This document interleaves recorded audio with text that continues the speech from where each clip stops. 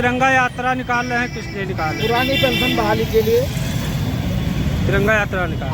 क्या लगता है तिरंगा यात्रा निकालने से आप लोगों की पेंशन बहाल हो जाएगी? बहाल होनी चाहिए, हमारा अधिकार है, क्योंकि माननीय मुख्यमंत्री, माननीय प्रधानमंत्री, माननीय गृह मंत्री, माननीय सांसद, माननीय विधायक, माननीय MLC सभी राजनेता पुरानी पेंशन ले रहे हैं। और 2004 के बाद माननीय पूर्व प्रधानमंत्री अटल बिहारी वाजपेयी जी के द्वारा पुरानी पेंशन खत्म कर दी गई, न्यू पेंशन स्कीम में लागू किया।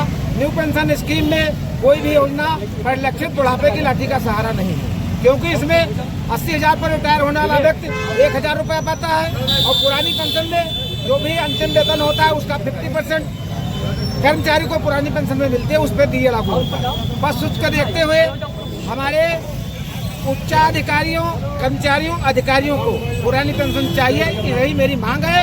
और हम सभी लोग तिरंगा यात्रा के माध्यम से माननीय प्रधानमंत्री जी को, माननीय मुख्यमंत्री जी को ज्ञापन दे करके ये चाहते हैं कि हमारे लिए पुरानी पेंशन बहाल की जाए, क्योंकि यदि राजनेताओं के लिए पुरानी पेंशन है तो एक देश में तो कानून की व्यवस्था कहाँ से आ गई है।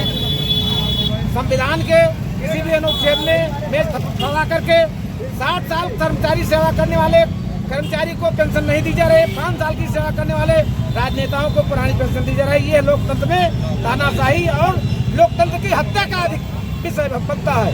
ऐसी स्थिति में हमको पुरानी पेंशन चाहिए। सरकार ने तो कहा है कि नई पेंशन नीति लागू कर दी गई है। नई पेंशन नीति जो लागू किया हुआ UPS है, UPS में नियम लागू किया गया है कि जो भी मेरी कटौती NPS की जाएगी वो टोटल कटौती के बाद मुझे पेंशन निर्धारित की जाएगी, मुझे कुछ देयता नहीं दी जाएगी। जब मेरी देयता मुझे नहीं दी जाएगी तो मेरे पास कुछ बचेगा नहीं। और मान लीजिए हमारी देयता के बाद हमको नहीं मिली, हमको पुरानी पेंशन की UPS के रूप में मुझे दे दिया गया, हमने उसको स्वीकार कर लिया, तो उसमें मुझे 10,000 रुपये पेंशन मिलेगी। मेरा परिवार, मेरे बेटी, मेरे बहू, मेरे लड़के दामाद भूखा मर जाएंगे और मैं भी भूखा मर जाऊंगी। पुरानी पेंशन ही हम लोगों के बहाल होनी चाहिए। पुरानी नई पेंशन अगर इतना अच्छी है तो अपना ले लें। नहीं, अगर सरकार आप लोगों की मांगे नहीं मानेगी तो क्या? तो फिर आगे हम लोग इसी तरह धरना प्रदर्शन, प्रदेश कार्यव्यापी हड़ताल करते हुए लोकतंत्र में हम लोग हड़ताल प्रदेश सरकार से करेंगे, केंद्र सरकार से करेंगे, जंतर मंतर करेंगे।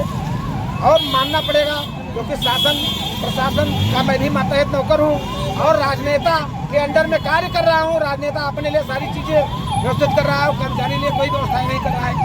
ये अशोभनीय विषय।